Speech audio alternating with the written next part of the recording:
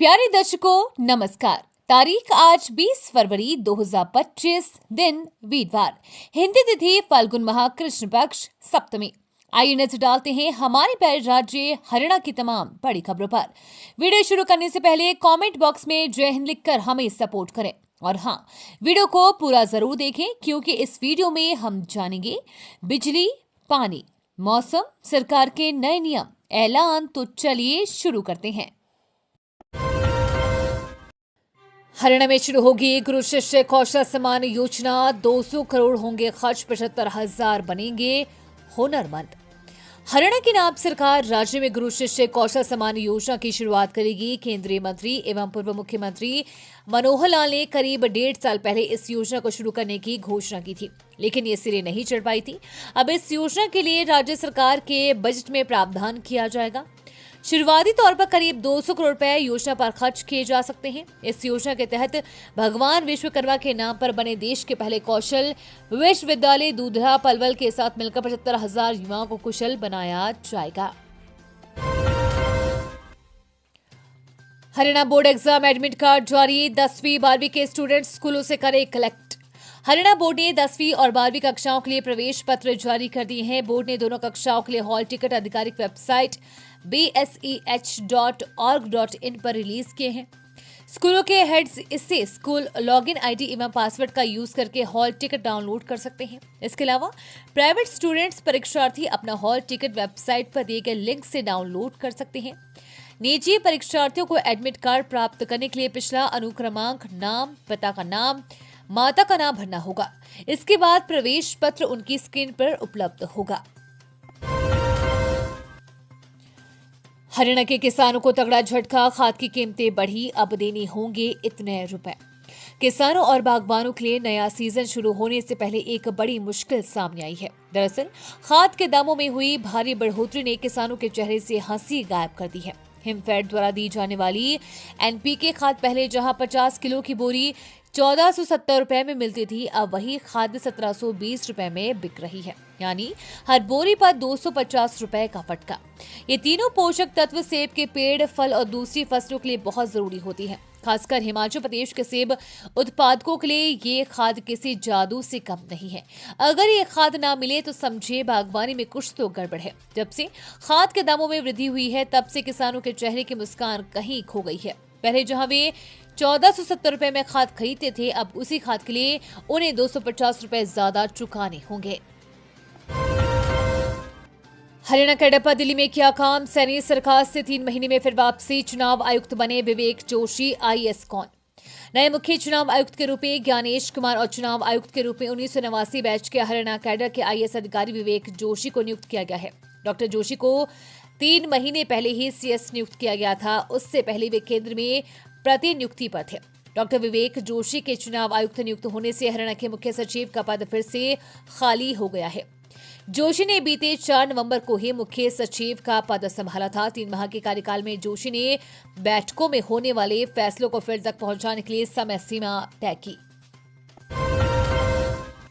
हरियाणा के सरकारी कर्मचारियों के घरों में होने वाला है ये बड़ा बदलाव, मिलेगा फायदा। हरियाणा के सरकारी कर्मचारियों के लिए काम की खबर है। सरकारी कार्यालयों, इमारतों और कर्मचारियों के घरों में पहले चरण के तहत ही स्मार्ट बिजली मीटर लगाए जाएंगे। इसके बाद आम जनता के घरों में दूसरे चरण के तहत स्मार्ट मीटर और बिजली मीटर लगेंगे। केंद्रीय ऊर्जा और शहरी विकास मंत्री मनोहर लाल खट्टर ने इस बारे में जानकारी दी। मनोहर लाल खट्टर ने कहा कि पहले चरण के लिए तहत सरकारी बिल्डिंग और कर्मचारियों के घरों में स्मार्ट मीटर लगाए जाएंगे। उन्होंने कहा कि नए स्मार्ट मीटरों के लग जाने के बाद से ही देश भर में LNT लॉस कम किया जा सकेगा। स्मार्ट मीटर लग जाने से बिजली विभाग को सीधा फायदा होगा। इसके अलावा जो राज्य में अपने स्तर पर प्रीपेड मीटरों का इस्तेमाल करना चाहेंगे, उन्हें छूट दी जाएगी। होली पर चलेंगी विशेष ट्रेनें, रेलवे ने तैयारी की शुरू।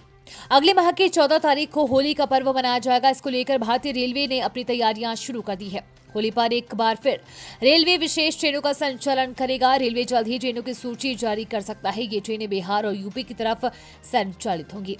ट्रेनों के संचालन से पहले रेलवे ने उन मार्गों का आंकलन शुरू किया है जहां पर काफी संख्या में यात्री सफर करते हैं।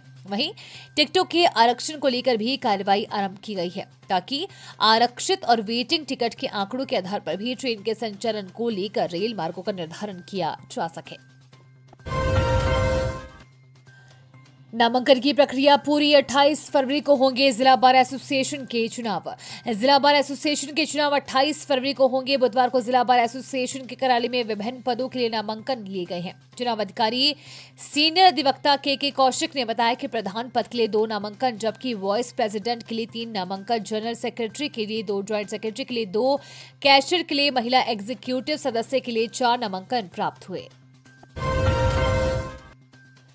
गांव का नक्शा देखना होगा महंगा, विभाग कर रहा 10 गुना शुल्क बढ़ाने की तैयारी। हरियाणा के गांव में अब नक्शा देखने का शुल्क 10 गुना बढ़ाया जाएगा। नक्शा निरीक्षण करने के लिए गांव में अब तक 5 रुपए देने पड़ते थे, लेकिन अब ये शुल्क बढ़ाकर 50 रुपए किए जाने की तैयारी है, जिसको लेकर पंचायती राज विभाग की ओर से हरियाणा पंचायती राज अधिनियम 1995 में संशोधन करेगा। इसे लेकर ड्राफ्ट जारी किया गया है, जिस पर 7 दिन में कोई भी व्यक्ति विभाग को आपत्ति और सुझाव भेज सकता है। इसके अलावा विभाग की ओर से आपातकाल की स्थिति में चल संपत्ति खरीदने का अधिकार भी बढ़ाया जाएगा। अब तक सरपंच 500 रुपए की चल संपत्ति खरीद सकता था, अब इस राशि को बढ़ाकर 5000 रुपए किया जाएगा। दिल्ली की घटना से सबक। अम्बाला में रेलवे स्टेशन पर आरपीएफ तैनात किए गए ये खास प्रबंध। दिल्ली रेलवे स्टेशन जैसी घटना अम्बाला कैंट रेलवे स्टेशन पर न घटे, इसके लिए आरपीएफ द्वारा कड़ी सुरक्षा की गई है।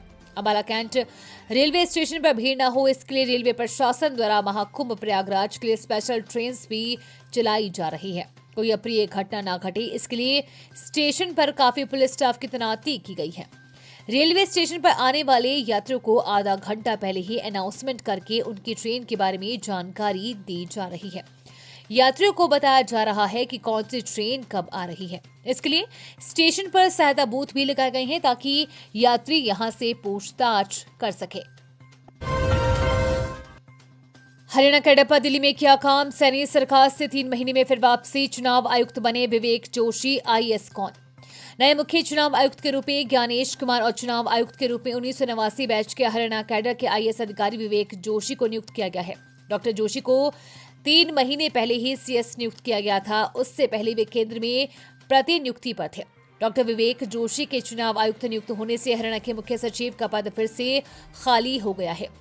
जोशी ने बीते 4 नवंबर को ही मुख्य सचिव का पद संभाला था। 3 माह के कार्यकाल में जोशी ने बैठकों में होने वाले फैसलों को फील्ड तक पहुंचाने के लिए समय सीमा तय की। ये थी आज की फटाफट खबरें। हम मिलेंगे अगले बुलेटिन में, तब तक के लिए धन्यवाद और जय हिंद।